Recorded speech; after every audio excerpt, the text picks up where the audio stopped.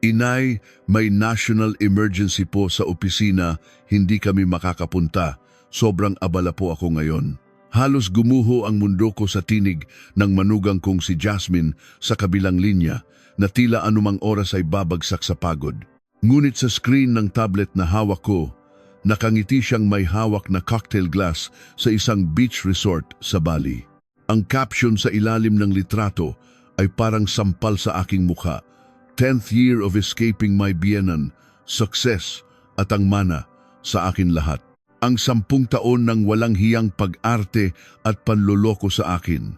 Sa araw na ito, ako na mismo ang tatapos sa kanilang palabas.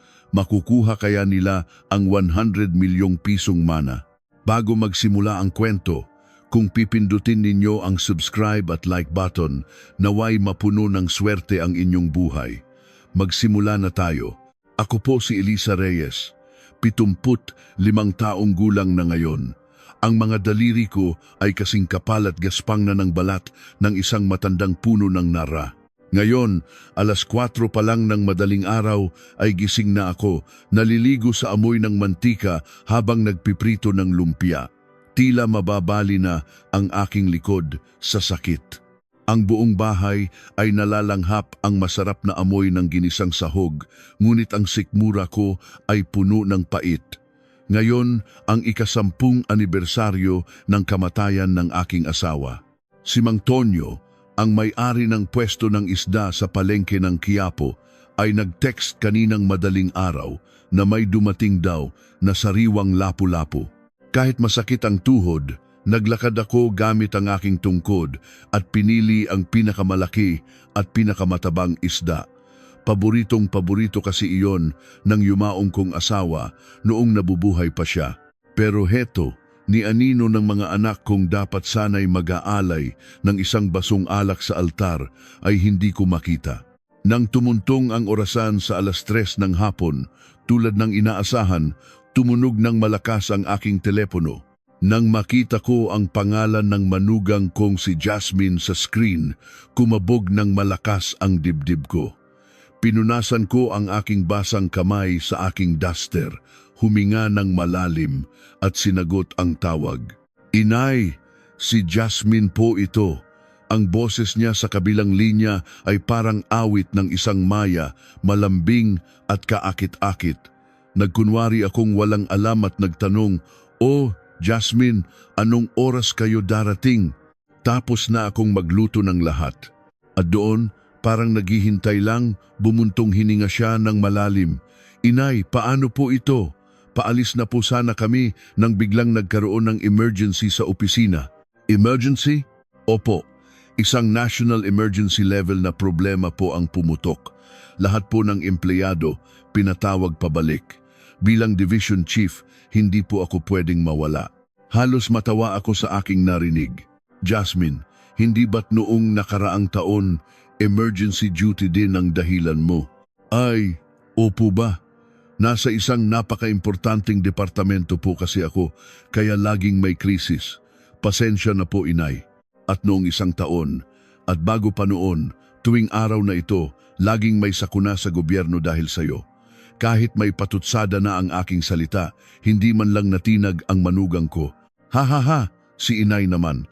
Alam niyo naman po, government employee ako, wala po akong magagawa. Sasabihan ko na lang po si Marco na ipadala ang aming abuloy. Pakisabi na lang po sa itay na alagaan ninyo siya ng mabuti. Sige na, sige na. Masyado kang abala sa paglilingkod sa bayan. Bilisan mo na at magtrabaho ka na. Opo, inay. Pasensya na po talaga. Babawi po kami sa susunod. Kakain tayo sa labas. Biglang naputol ang tawag. Tulala kong tiningnan ang screen ng cellphone bago ko ito ibinato sa sahig.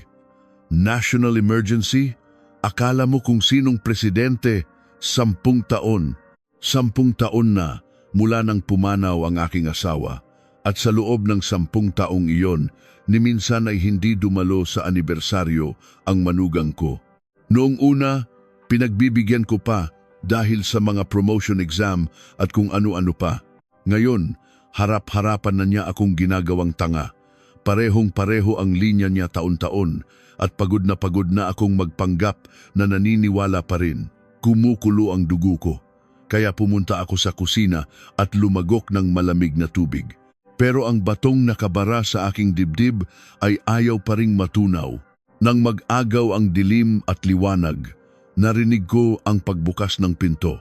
Itinigil ko ang pagpupunas ng mesa at tinitigan ang entrada. Pumasok ang anak kong si Marco, nakayapak ang sakong ng kanyang sapatos, pagod na pagod. Ang mga kamay niya ay walang dalang anuman. Isang taong pupunta para sa isang mahalagang okasyon? Wala man lang dalang basket ng prutas. Dumating ka na pala. Sa matabang kong bati, nagulat siya at umiwas ng tingin. Ma, kumain ka na ba? Sa tingin mo ba may gana akong kumain? Yumuko si Marco at nag-atubiling magsalita. Kasi si Jasmine, may biglaang trabaho sa opisina kaya hindi nakapunta. Emergency duty daw. Oo, tama, emergency duty. Grabe talaga ang trabaho ng mga taga-gobyerno ngayon. Mabilis siyang sumang-ayon sa akin. Natila natuwa. Napangisi ako sa itsura niya. Hoy, ikaw! Akala mo ba ang asawa mo lang ang government employee sa buong Pilipinas? Yung anak ni Aling Susan sa kabilang kanto, sa City Hall din nagtatrabaho pero kanina on time umuwi at nagsimba kasama ang biyena niya. Iba-iba naman kasi ang departamento, ma. Nasa budget and planning si Jasmine, yun ang utak ng ahensya. Utak ng ahensya? Ano bang napaka-importanting trabaho na yan na mas mahalaga pa sa anibersaryo ng biyenan niyang lalaki? Sa aking pagsugod, napakamot na lang ng ulo si Marco. Hay ma, intindihin mo na lang. Hindi naman sa ayaw niyang pumunta, kailangan lang talagang kumayod. Hindi siya pumupunta dahil sobra-sobra na ang kinakayod ninyo. Habang buong araw akong naliligo sa amoy ng mantika at naghahanda ng pagkain, ano ang ginagawa ninyo? Kaya nga sinasabi namin, ma, na magpa-cater na lang. Bakit mo pa pinapahirapan ang sarili mo? Ang walang hiyang sagot ng anak ko ay dumurog sa aking puso. Ano? Pinapahirapan ang sarili? Hindi mo na ba naaalala na ayaw ng tatay mo ang mga pagkaing in order dahil mamantika at puro MSG? Ma, matagal nang wala si Papa. Bakit pinipili pa rin ang pagkain? Ang arte mo naman, ma. Tinanggal ni Marco ang kanyang kurbata at humiga sa sofa. Gutom na ako. Simulan na natin ang dasal para makakain na tayo. Napapikit ako. Itong nakahandusay sa sofa, anak ko ba talaga ito? Kung pwede lang, gusto ko siyang buhusan ng isang balding asin at palayasin, pero anibersaryo ng kanyang ama ngayon, kaya magtitiis ako. Tumayo ka dyan, ihanda na natin ang mesa. Ako lang mag-isa ang nagbuhat ng mabigat na mesa sa gitna ng sala. Si Marco ay nakatutok lang sa cellphone at tumayo lang ng sigawan ko. Naglagay kami ng mantel, nagsindi ng kandila at inayos ang mga pagkain. Isang disenteng altar ang nabuo. Nang sindihan ko ang insenso, pumuno sa sala ang amoy nito. Naglagay ng alak sa baso si Marco at nag-alay ng dasal sa likod niya. Pinanood ko ang kanyang nakayukong likod. 10 taon na ang nakalipas nang ang aking asawa ay may liver cancer. Ako ang nag-alaga sa kanya. Natutulog ako sa sahig ng ospital. Ang mag-asawang ito, abala raw, kaya minsan sa 1 linggo lang dumadalaw. Nang huling sandali ng aking asawa, hinawakan niya ang aking kamay, may ibinubulong ngunit hindi na niya natapos. Hindi ko malilimutan ang luha sa kanyang mga mata. Sigurado akong nag-aalala siya para sa mga anak namin. Nag-aalala siya para sa akin na maiiwang mag-isa kasama ng mga suwail na ito. Pa, isang tagay para sa inyo. Pabulong na sabi ni Marco habang ibinubuhos ang alak. Walang kabuhay-buhay ang kanyang kilos na tila matatakot ang kaluluwa ng kanyang ama at babangon sa galit. Ma, tapos na ako magdasal. Kainan na. Pagkatapos ng ritual, kumuha agad ng kutsara si Marco. Napabuntong hininga ako habang tinitingnan ang kanin sa kanyang plato. Tumawag ba si Jasmine? Hindi pa. Baka busy. Walang pakialam niyang sagot habang hinahalo ang ulam sa kanin. Natural lang ba sa'yo na ang asawa mo walang isang tawag sa biyenan niya? Tatawag din yun mamaya. Pwede ba ma? Kumakain tayo. Iritabling sigaw ni Marco. Ibinagsak ko ang mangkok ng sabaw sa mesa. Magsabi ka ng totoo. Nasa opisina ba talaga si Jasmine? Sa nanlilisik kong mga mata, natigilan si Marco. Ang kanyang mga mata ay palingalinga. Isang ugali niya kapag nagsisinungaling. Oo naman ma. Bakit ba ayaw mong maniwala sa manugang mo? Dahil sa mga kilos niya, 10 taon. 10 taon siyang hindi umuuwi para sa anibersaryo. Normal ba yun? Nagbago na ang panahon ma. Ngayon, ayaw na ng mga manugang na maghanda para sa mga ganyan. Si Jasmine, at least, may malasakit pa rin sa puso niya. Malasakit? Anong malasakit? Yung lip service niya sa telepono? Hay, nako. Pwede bang kumain na lang tayo ng tahimik? Ibinagsak ni Marco ang kanyang kutsara at sumigaw. Natulala ako. Ang lalaking ito, ang anak na pinagkatiwalaan ko sa buong buhay ko, ay nagdulot ng awa sa aking sarili. Nagsimulang mamuo ang luha sa aking mga mata. Hindi naubos ni Marco ang kanin at tumayo na. Aalis na ako, gabi na. Aalis ka na agad? Uminom ka man lang ng isang baso pa. Wag na, magdadrive pa ako. Tsaka natatakot si Jasmine mag-isa sa bahay. Kailangan ko nang umuwi. Ang lumabas sa bibig ng suwail kong anak ay nakakagalit. Ang asawa niya, natatakot. Ang matanda niyang ina na mag-isang nakatira. Hindi? Sige, umalis ka na. Umuwi ka na at pagsilbihan mo ang reyna mo. Hindi ko na siya tiningnan at iwinasiwas ko na lang ang aking kamay. Habang nag-aayos ng gamit si Marco, pasulyap-sulyap siya sa akin at naglakad papuntang pinto. Ma, totoo ba yung balak mong ibenta ang building? Tanong niya habang nagsasapatos. Bigla akong nagising sa tanong niya. Bakit mo tinatanong? Wala lang. Nagtatanong lang si Jasmine. Ngayon kasi, maraming bakanteng commercial space, mahirap i-manage. Hindi ba mas maganda kung ibenta na lang at gawing cash? Kitang-kita ko ang intensyon niya. Wala siyang pakialam sa anibersaryo. Ang habol lang niya ay ang pera. Ako ang bahala doon. Huwag kang makialam. Sige, babalik na lang ako. Tila tumatakas, mabilis na lumabas si Marco. Ang pagsara ng pinto ay parang suntok sa aking dibdib. Muling bumalik ang katahimikan sa sala. Ang amoy ng insenso at mantika ay naghahalo sa hangin at ako'y naiwang mag-isa. Sa litrato sa altar, nakangiti ang aking asawa. Mahal, nakita mo ba? Ang ginagawa ng anak mo. Kumuha ako ng isang bote ng emperador sa kusina at diretsyong ininom. Ang init ng alak ay gumuhit sa aking lalamunan. Lagi mo akong sinisisi na palpak ang pagpapalaki ko sa anak natin. Pero ito, sobra na. Tumulo ang luha sa aking pisngi. 10 taon akong nagtiis. Akala ko, kung magtitiis pa ako, kung magbibigay pa ako, balang araw ay maiintindihan din nila. Pero ngayon, sa ginawa nila, napatunayan kong isa lang itong walang saysay na pag-asa. Kapag ang kabaitan ay inaabuso, nagiging karapatan.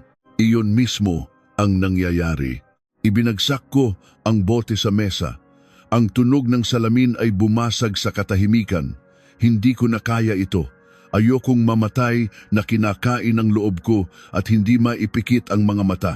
Hinaplos ko ang litrato ng aking asawa. Mahal, magiging matigas na ako ngayon. Kahit pigilan mo ako, wala nang makakapigil sa akin. Sa labas, madilim na ang gabi. Bukas, magsisimula ang huling digmaan ng aking buhay. Hindi, ang digmaan ay nagsimula na. Kinabukasan, bandang tanghalian. Dahil sa alak na ininom ko kagabi, masakit ang ulo ko. Kumain lang ako ng mainit na lugaw para mahimasmasan. Habang nililigpit ko ang altar sa isang sulok ng sala, tumunog ang aking cellphone. Isang text alert mula sa bangko. Kadalasan, bayarin lang sa kuryente o tubig ang laman nito, kaya hindi ko pinansin. Ngunit nang tingnan ko, nanlaki ang mga mata ko. 150,000 approved transaction. Ang lokasyon, duty-free Philippines na iya. Ano to? Hindi ayan 1,000 pibna yan diin, kundi 150,000 at sa airport pa. Dali-dali akong tumakbo sa kwarto at tiningnan ang aking pitaka. Naroon ang debit card ko, ngunit ang credit card na may mataas na limit ay nawawala. Naalala ko ang anak ko kagabi, paikot-ikot sa mesa, kunwari umiinom ng tubig. Si Marco, ang walang hiyang iyon. Nanginginig ang aking mga kamay. Malamang, ang anak ko ang kumuha sa pitaka, pero siguradong ang manugang ko ang gumamit nito.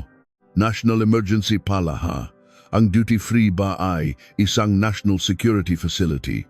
Nang tingnan ko ang petsa ng transaksyon, kahapon ng hapon pala, habang ako'y nagpapawis sa pagluluto, ang manugang ko ay nagpapakasasa sa shopping. Akmang tatawagan ko na sana ang anak ko para sigawan, ngunit pinigilan ko ang sarili ko. Hinala lang, pero wala akong pruweba. Kung tatawag ako, sasabihin lang nilang, hindi po kami yan, Oma. Ginamit lang namin konti para sa allowance mo at makakalimutan na lang. Pinakalma ko ang aking sarili at tinawagan ang aking apo, si Chloe, anak ng aking panganay na babae. Chloe, apo, busy ka ba? Hindi po, Lola. WFH po ako ngayon. Bakit po? May sakit po ba kayo? Hindi. Pwede ka bang pumunta dito sa bahay? May kailangan lang akong ipatingin sa iyo madalian. Si po, Lola. Papunta na po ako. Wala pang kalahating oras, dumating na si Chloe. Lola, ano pong nangyari? Bakit ganyan po ang boses ninyo? Chloe, apo, marunong ka ba nung Instagram o kung ano man yun? Instagram po? Opo naman. Pakihanap nga ang account ng Tita Jasmine mo. Nanlaki ang mga mata ni Chloe. Si Tita Jasmine po? Sabi po niya, wala siyang social media. Ayaw daw po niya ng public exposure. Tingnan natin kung nagpapanggap lang siya o totoo. Hindi ko kasi kaya. Si po. Hahanapin ko po yung nakalink sa phone number niya. Pero kung private po yung account, baka hindi natin makita. Kinuha ni Chloe ang kanyang tablet at nagsimulang mag-type. Ang puso ko ay kumakabog ng malakas. Ilang minuto ang lumipas at biglang nagbago ang itsura ni Chloe. Ay, si Tita Jasmine nga po ito. Lola, tingnan niyo po. Inabot niya sa akin ang tablet. Ang profile picture ay isang cartoon at ang username ay Queen Jasmine PH. Aba, Reyna pala ang tingin sa sarili. Nang i-click ko ang pinakabagong post, isang nakakagulat na tanawin ang bumungad sa akin. Sa isang magandang beach na may mga puno ng niyog, nakaposing ang manugang kong naka-sunglasses at may hawak na golf club. Sa kabilang kamay niya, may hawak siyang cocktail at sa kanyang pulso, kumikinang ang mamahaling bracelet na nakita ko sa resibo ng credit card. Lola, hindi po ba ito sa Bali? Sobrang mahal po dyan, sabi ni Chloe. Ang petsa sa ilalim ng litrato ay ngayong umaga, pero sa caption, nakasulat na kahapon pa sila dumating. Kahapon sila nag-shopping sa airport, lumipad agad at nag-golf. Habang ako ay umiiyak sa amoy ng mantika, siya pala ay umiinom ng cocktail at nagsasayaw sa Bali. Nakakagalit. Lola, basahin niyo po yung sa baba. Itinuro ni Chloe ang mga hashtags. Takas Sabienan, 10 years successful, biyahe goals, mana is mine. Pakiramdam ko ay umakyat lahat ng dugo sa ulo ko. Nanlalabo ang paningin ko at naninigas ang batok ko. Chloe, iscroll mo pa pababa. Mayroon ba noong nakaraang taon? Iscroll ni Chloe. Ang kahon ni Pandora ay nabuksan. 1 taon na ang nakalipas. Sa parehong araw, si Jasmine ay nakabikini sa isang swimming pool sa Boracay. 2 taon na ang nakalipas sa Waikiki Beach sa Hawaii, kasama ang kanyang pamilya sa isang barbecue party. 3 taon na ang nakalipas sa isang rooftop bar sa Bangkok. 10 taon. Mula nang mamatay ang aking asawa, hindi siya pumalya. Ang anibersaryo ng kamatayan ng aking asawa ay naging araw ng kanyang international vacation. Ang lahat ng kasinungalingan niya tungkol sa emergency duty at national emergency ay pawang gawa-gawa lang. Gusto kong kalmutin ang nakangiting mukha ng manugang ko sa screen. Lola, si Tita Jasmine, grabe. Paano niya nagawa ito sa loob ng 10 taon? Hindi makapaniwala si Chloe, ngunit may mas masahol pa. Isang litrato mula 5 taon na ang nakalipas. Si Jasmine at ang anak kong si Marco ay nag-cheers. Caption, kasama ang aking partner in crime. Sorry mama, pero ang mana sa amin na, advance inheritance. Napahiyaw ako at napahawak sa aking dibdib. Alam din pala ni Marco, hindi lang niya alam, kasabwat pa siya. Ang pag-arte, niyangawa at malungkot kapag mag-isang pumupunta dito ay isang malaking palabas. Niloko nila ang kanilang ina, nilapastangan ang kanilang yumaong ama at ginamit ang pera ko para sa kanilang luho habang pinagtatawanan ako. Manais mine. Nang mabasa ko ito, ang kalungkutan ay napalitan ng galit na may kasamang pagnanasang maghiganti. Chloe, ang boses ko ay mababa at nagmumula sa kailaliman. Screenshot mo lahat yan. Walang labis, walang kulang. Ang litrato, ang caption, at ang petsa. Sige po Lola, gagawa po ako ng PDF at isisend ko sa Viber ninyo. Siguraduhin mong malinaw para hindi sila makatanggi. Sinimulan ni Chloe na kolektahin ang ebidensya. Ang tunog ng click, click, ay parang tunog ng baril sa aking pandinig. Ang mga bala na ipuputok ko sa kanila. Pagkatapos ng 1 oras, tumingala si Chloe. Lola, tapos na po. Nag-backup na rin po ako sa cloud ko. Ipapakita niyo na po ba ito agad kay Tito Marco? Umiling ako. Hindi pa. Hindi magiging masaya kung ngayon na. Maghintay ka. Hihintayin ko silang lumapit sa akin. Lumipas ang ilang araw. Habang nanonood ako ng TV, tumawag ang manugang ko. Huminga ako ng malalim at sinagot na parang walang nangyari. Oh, Jasmine, inay, kararating ko lang po galing duty. Uwi na po ako, kararating galing. Bali ka mo, bruha ka. Ganun ba? Ang hirap talaga ng trabaho mo. Ang paglilingkod sa bayan ay hindi biro. Naku, inay, sobra. 3 araw at gabi po akong natulog sa opisina. Ang sakit ng buong katawan ko, parang magkakasakit ako, ang kapal ng mukha niya. Masakit siguro ang katawan niya sa pag-golf. Nilunok ko ang mga mura sa aking isip at sumagot ng malumanay.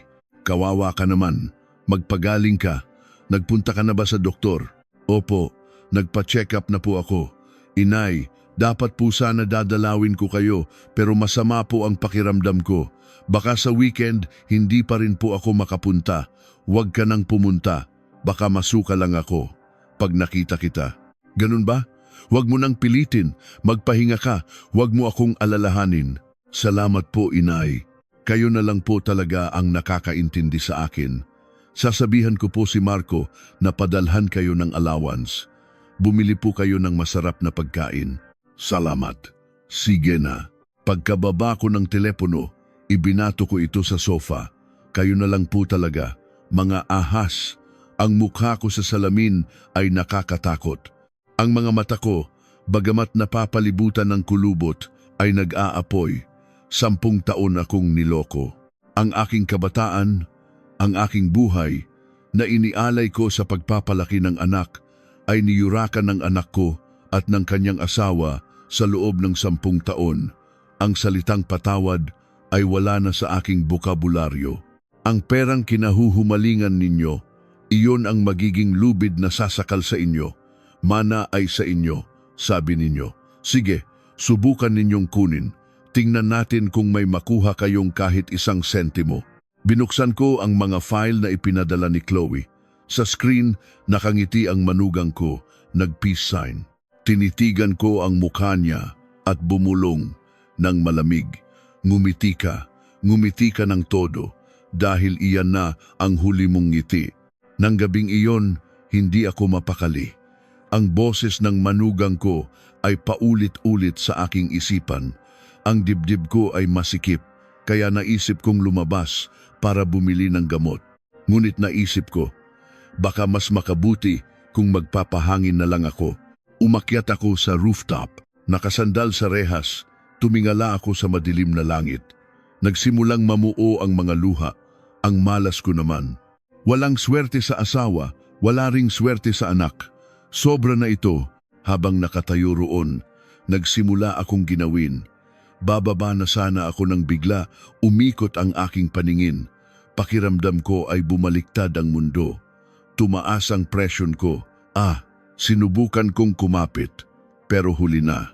Sa isang malakas na sigaw, gumulong ang aking katawan sa matigas na sementadong hagdanan. Isang malakas na kalabog ang bumasag sa katahimikan. Isang matinding sakit ang naramdaman ko sa aking bukong-bukong at likod. Hindi ako makahinga. Sinubukan kong tumayo, pero walang pakiramdam ang aking mga binti. Ang lamig ng semento ay tumatagos sa aking mga buto. Mamamatay na ako, naisip ko. Sa takot, kinapa ko ang cellphone sa aking bulsa. Basag ang screen, pero pinilit kong i-dial ang speed dial number 1 ng anak ko. Nagring ito. Sagutin mo, Marco, parang awa mo na. Habang pinagpapawisan ako ng malamig, patuloy lang ito sa pagring. Isang beses, 2, 3. Hindi niya sinagot. Walang hiya kang bata ka. Sa sama ng loob, bumuhos ang aking luha habang unti-unti akong nawawalan ng malay. At doon, Lola Reyes, narinig ko ang pagbukas ng pinto at mabilis na mga yabag. Si Leo, ang binatang nangungupahan sa aking rooftop. Galing siguro sa library, dala-dala ang kanyang backpack, namumutla siyang tumakbo papalapit. Leo, tulungan mo ako. Lola, anong nangyari? Gumising po kayo. Lumuhod siya sa tabi ko. Nahulog ako sa hagdan, ang likod ko. Huwag po kayong gumalaw. Baka may nabali po sa inyo. Tatawag po ako ng 911. Kinuha ni Leo ang kanyang cellphone at tumawag. Hello? Dito po sa may address sa Quezon City, may matanda pong nahulog sa hagdan. May malay pa po, pero hindi makagalaw. Pakibilisan po. Pagkababa niya ng tawag, hinubad niya ang kanyang lumang jacket at ikinumot sa akin. Lola, tiis lang po. Malapit na sila. Namamanhid po ba ang mga kamay ninyo? Giniginaw ako. Hawakan niyo po ang kamay ko. Hinawakan ni Leo ang malamig kong kamay at hinipan ito sa init ng kanyang palad. Bahagya akong nakaramdam ng ginhawa at napapikit. Lola, huwag po kayong matulog. Kausapin niyo po ako. Gising po. Mahina niyang tinapik ang aking pisngi, nangingilid ang luha. Isang estranghero, isang nangungupahan na nagbabayad lang ng 4,000 kada buwan ay nagkakagulo para iligtas ako. Sa di kalayuan, narinig ko ang sirena ng ambulansya. Habang isinasakay ako sa stretcher, nakiusap si Leo sa mga medik. Kaano-ano po kayo ng pasyente? Hindi po pamilya, pero sasama po ako. Hindi po pwedeng iwan si Lola mag-isa. Sige, sakay na. Sa loob ng maalog na ambulansya, hindi binitawan ni Leo ang aking kamay. Lola, okay lang po. Malapit na po tayo sa ospital. Sa emergency room, nakakasilaw ang ilaw. Dinala ako ng mga doktor at nurse sa isang kama at sinimulan ang mga pagsusuri. Kahit hilo, narinig ko ang usapan. Guardian, pumunta po muna sa admitting section para mag-register. Nataranta si Leo. Yung pitaka po ni Lola. Hinalughog niya ang bulsa ng aking punit na damit at natagpuan ang pitaka. Lola, pasensya na po. Para po sa registration. Tumakbo siya at bumalik na pawis na pawis. Okay na po. E-X-ray at CT scan daw po kayo. Nang matapos ang mga pagsusuri, inilipat ako sa isang kama sa isang sulok. Mabuti na lang. Walang bali, malubhang pasa at sprain lang sa likod. Iniksyonan ako ng pain reliever. Nawala ang sakit ng katawan, pero ang sakit ng kalooban ay nananatili. Narinig ko si Leo na may kausap sa telepono. Hello? Kayo po ba ang anak ni Geng Reyes? Nasa emergency room po kami ng ospital. Nahulog po kasi si Lola sa hagdan. Pinakinggan ko ang usapan. Opo, nasa business trip po kayo sa Cebu? Hindi po kayo makakapunta agad? Hindi ako makapaniwala. Business trip sa Cebu? Kagabi lang, nandito siya. Nagpaalam siyang matutulog sa isang sauna malapit sa opisina at didiretso sa trabaho. Nagbago ang itsura ni Leo. Sir, nasa ospital po ang nanay ninyo. Kailangan po ng guardian para ma-admit siya. Pagkatapos ng ilang sandali, bumuntong hininga si Leo. Bukas pa po ng gabi?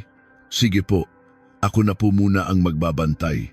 Pagkababa niya ng tawag, lumapit siya sa akin at nagulat nang makita akong gising. Lola, gising na po pala kayo. Oo, narinig ko lahat. Kasi po, yung anak niyo po may bigla ang lakad sa probinsya. Bukas pa raw po siya makakarating. Nagsinungaling pa siya para hindi ako masaktan. Dahil sa kanyang kabaitan at sa kahihiyan sa ginawa ng anak ko, tumulo ang luha ko. Pasensya ka na, Leo. Nakakahiya ang pinakita ko sa iyo. Naku, Lola, huwag po kayong magsalita ng ganyan. Masakit pa po ba? Hindi na. Mas masakit ang loob ko. Gusto niyo po ng tubig? Inabutan ako ni Leo ng isang baso na may straw. Pagkatapos kong uminom, tinitigan ko siya. Luma at punit-punit ang manggas ng kanyang jacket at pudpod na ang kanyang sapatos. Isang mahirap na estudyanteng nag-aaral ng abogasya na madalas ay cup noodles lang ang kinakain, pero ang puso niya ay ginto. Kumain ka na ba? Opo. Sa library po kanina, sinungaling. Rinig na rinig ko ang kulog ng kanyang tiyan. Ibigay mo sa akin ang pitaka ko. Kumuha ako ng 2,000 piso at inilagay sa kanyang kamay. Kumain ka at umuwi ka na ngayong gabi. Kaya ko na mag-isa.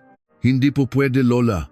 Ang mga pasyenteng nahulog kailangan ng kasama lalo na sa gabi. Dito na po ako matutulog. Bibili na lang po ako ng pagkain sa 7-Eleven. Tinanggihan niya ang pera, pero nang magalit ako, tinanggap na rin niya.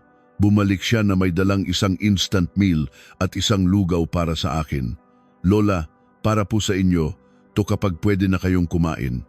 Mabilis niyang nilantakan ang pagkain. Habang pinapanood ko siya, naaalala ko ang aking asawa noong kabataan niya.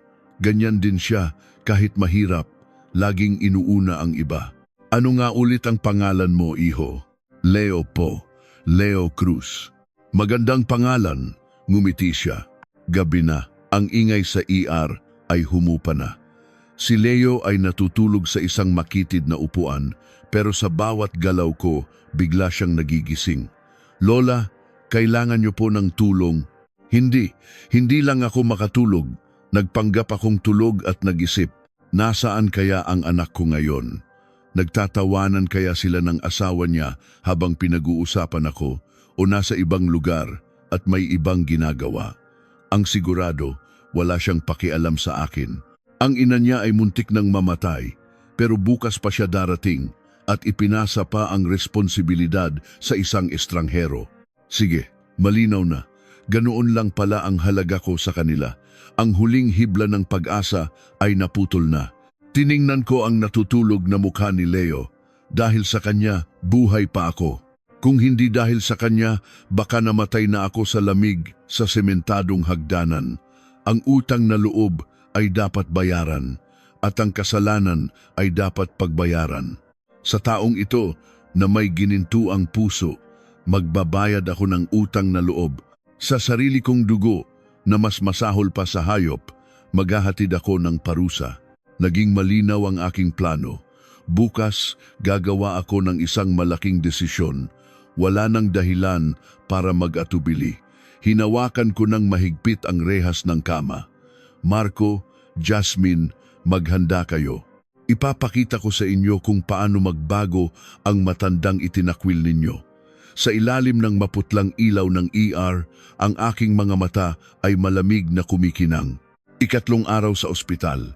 Ang sikat ng araw ay maliwanag, ngunit ang kalooban ko ay madilim pa rin.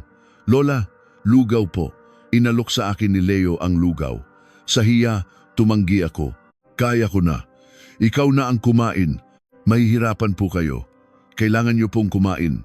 May part-time job pa po ako sa hapon. Ipinilit niya ang kutsara sa aking bibig habang siya ay kumakain ng malamig na instant meal. Hindi ko malunok ang lugaw. Ano bang pinag-aaralan mo, iho? Law po sa UP.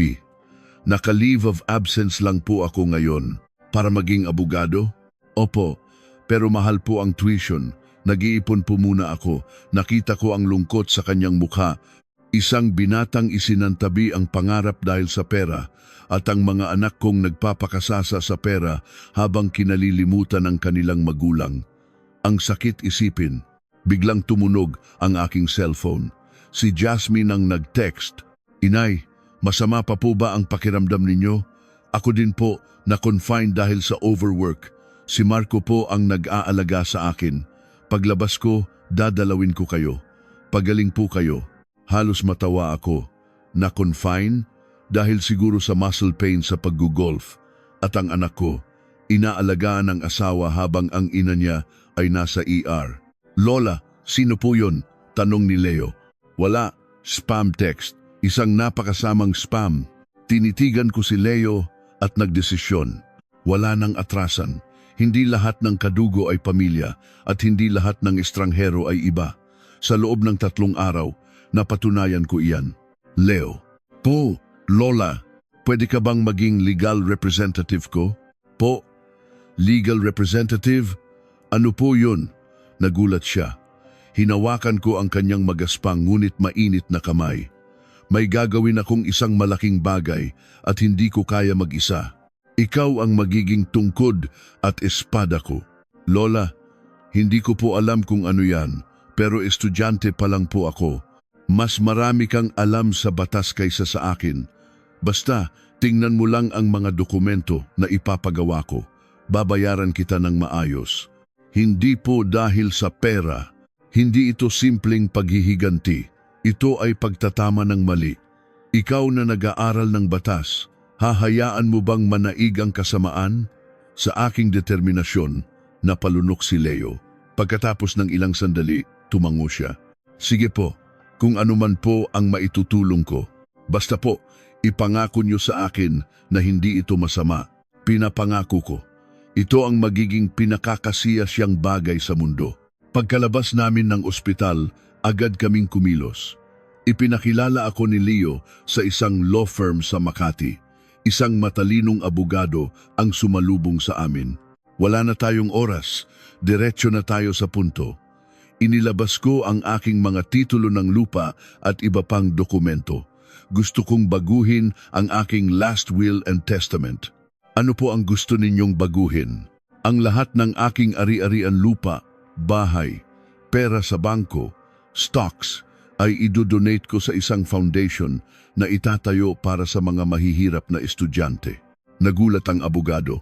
Lahat po, maliban sa legitime na itinatakda ng batas para sa aking mga anak, lahat, wala na silang makukuhang kahit isang sentimo. Pati si Leo ay nagulat. Lola, sigurado po ba kayo? Sigurado. 10 taon na akong nagsisisi sa mga maling desisyon. Ngayon, gagawin ko na ang tama. Nanginginig kong itinatak ang aking thumb mark sa dokumento. Ang pulang tinta ay parang dugo na naghuhugas sa lahat ng sakit na naramdaman ko. Pagkatapos, kumain kami. Lola, grabe po kayo. 100 milyon. Huwag kang magulat. Pinaghirapan ko yan. Sila ang magnanakaw kung kukunin nila yan ng walang kahirap-hirap. Inabutan ko si Leo ng isang sobre para sa tuition mo at allowance. At ito ang down payment para sa serbisyo mo. Hindi po, Lola, masyadong malaki. Tanggapin mo, kailangan mong makatapos para matulungan mo ako. Isipin mo na lang na investment ito. Sa huli, tinanggap din niya ito na may luha sa mga mata. Salamat po, Lola. Sisiguraduhin ko pong magiging isang mabuting abogado ako. Mabuti, huwag kang maging sikat, maging makatarungan ka. Handa na ang lahat. Tinawagan ko ang manugang ko. O, Yasmine? Inay, nakalabas na po pala kayo. Kamusta na po kayo? Ang boses niya ay puno ng pagkukunwari. Oh, muntik na akong mamatay. Ikaw, kamusta ka na? Okay na po. Medyo hilo pa pero mas maayos na. Sa weekend, pumunta kayo dito. Pag-usapan natin ang tungkol sa pag-transfer ng building. Mukhang hindi na ako magtatagal. Kailangan ko nang ayusin ang mga ari-arian ko. Sa salitang transfer, narinig ko ang mabilis niyang paghinga. Talaga po, inay? Sige po, pupunta po kami ni Marco. Ano po ang gusto ninyong pagkain? Dadalhan po namin kayo. Ang boses niyang may sakit ay biglang sumigla. Sige, magdala kayo ng masarap. Wala akong gana. Opo, lechon, kare-kare, lahat po. Sige po, inay. Pagkababa ko ng tawag, napangisi ako. Kumagat sila sa pain. Leo, maghanda ka. Sa weekend, may malaking palabas dito sa bahay. Opo, Lola. Handa na po ang lahat ng ebidensya. Sa labas, paparating ang isang bagyo. Pero ang puso ko ay kalmado. Marco, Jasmine, maghanda kayo. Ang mana na inaasam-asam ninyo, tingnan natin kung anong itsura nito kapag kaharap nyo na. Dumating ang linggo. Uminom ako ng gamot pampakalma. Si Leo ay nakasuot ng formal na damit. 11:00, tumunog ang doorbell. Sa screen, nakita ko ang mag-asawa. Abot tenga ang ngiti. May dalang mga pagkain at prutas.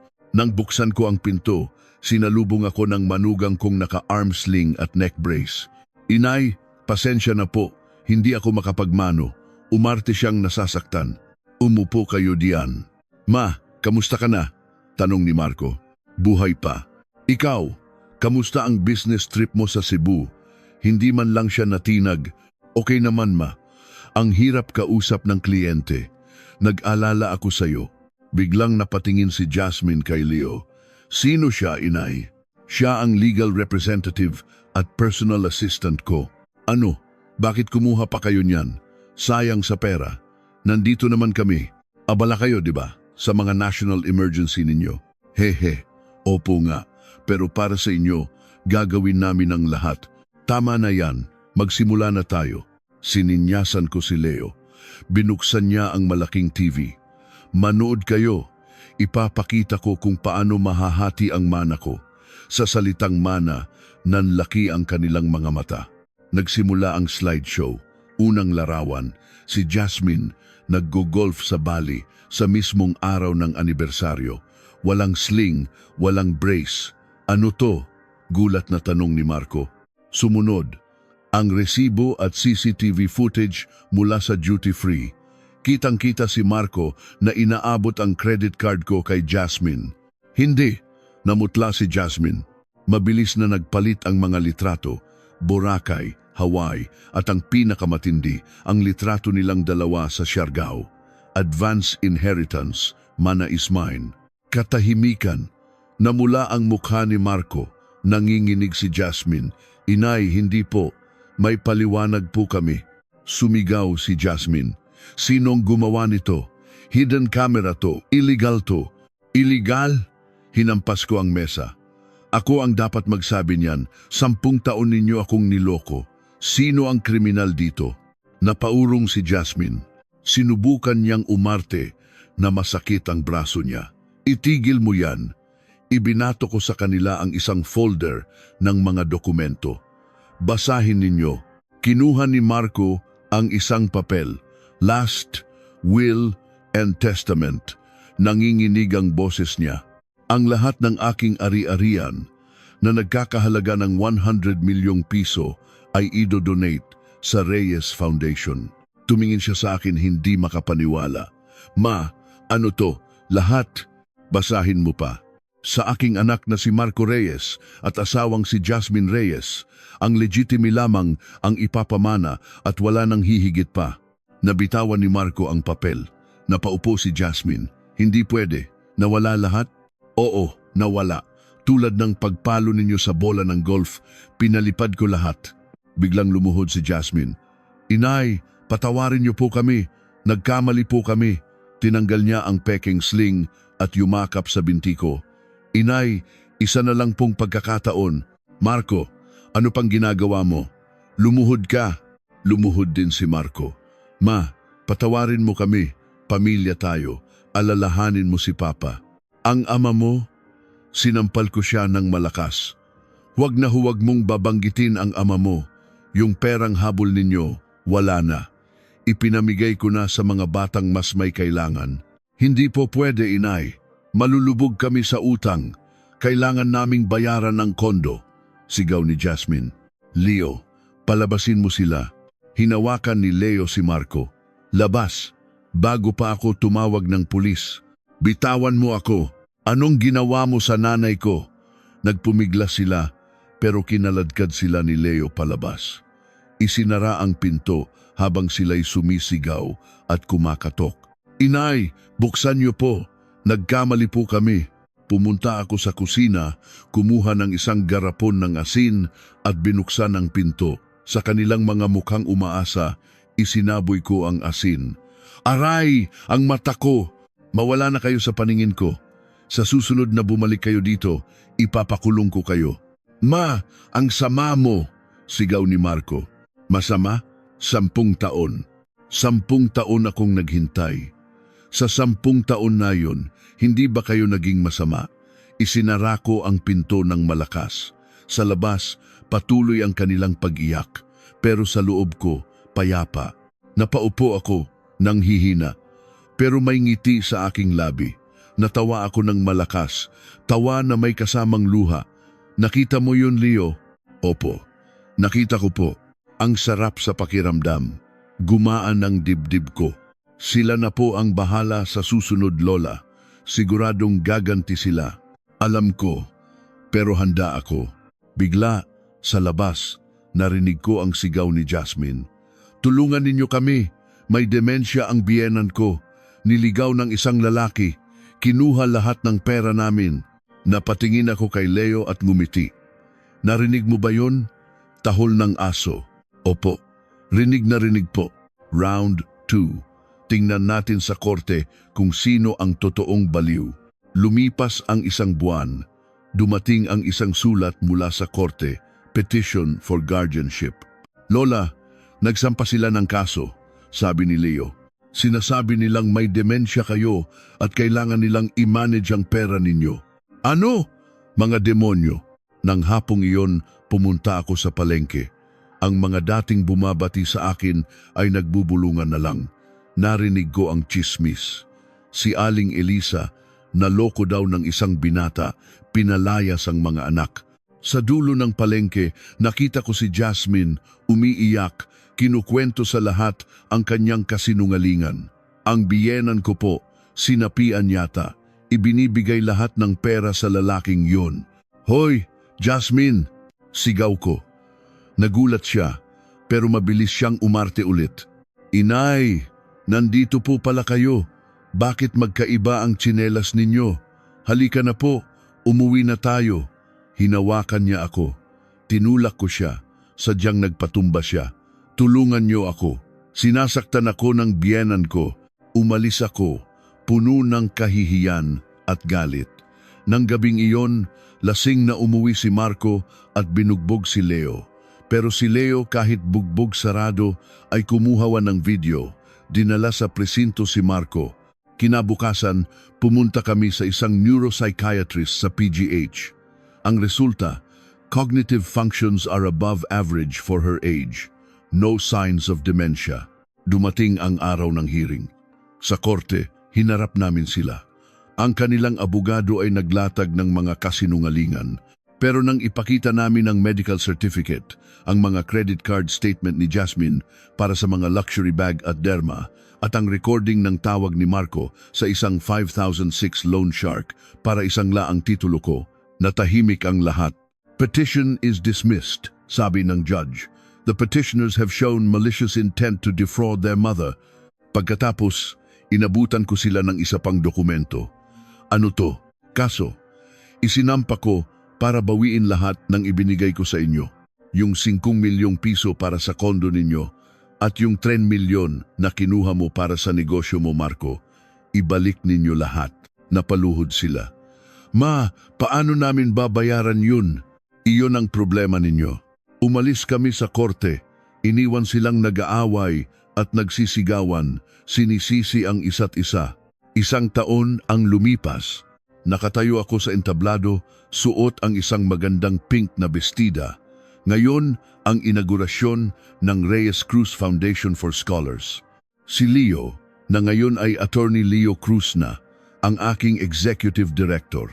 Ang aking 100 milyong piso ay magiging tulay para sa pangarap ng maraming kabataan.